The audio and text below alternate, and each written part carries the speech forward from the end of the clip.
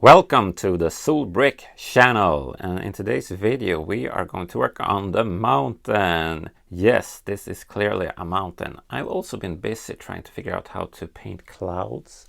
So you have some happy little clouds over there.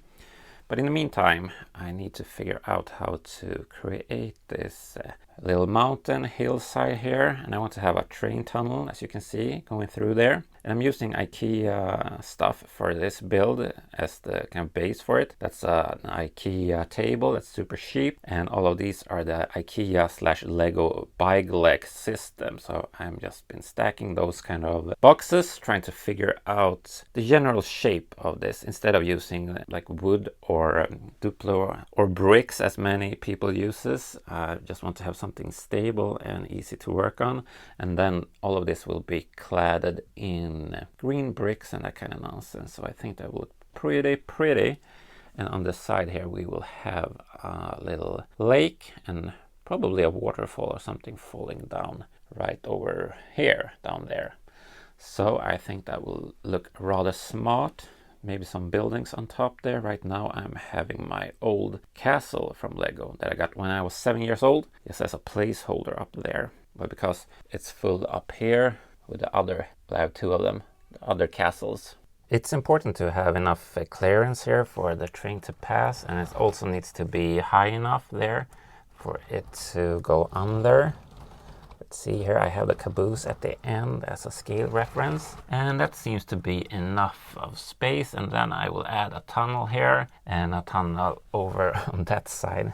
It's going to be over there, of course, so I think that will work out pretty nicely. I added some more bike legs here. It's quite sturdy, and I also added those plates on top, so it kind of looks like a Minecraft world right now. I'm working with burps, big ugly rock pieces, just to kind of get that flow of hard rock. And in between here we will have green and maybe browns pouring down basically. It's a nice way if you do it right, if you try to put in other pieces so you don't really see the repetitive pattern of the burps. We have green, brown, gray, gay. I realized putting in the plates was a bit premature, and also it will be easier to just keep it here so everything is one brick high, or that you can divide it by whole bricks.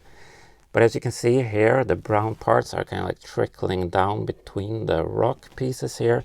And what I'm trying to do is to get away from the pattern of the burps. So just put in some different pieces here, kind of get an organic feel there, so we don't have a lot of flat areas.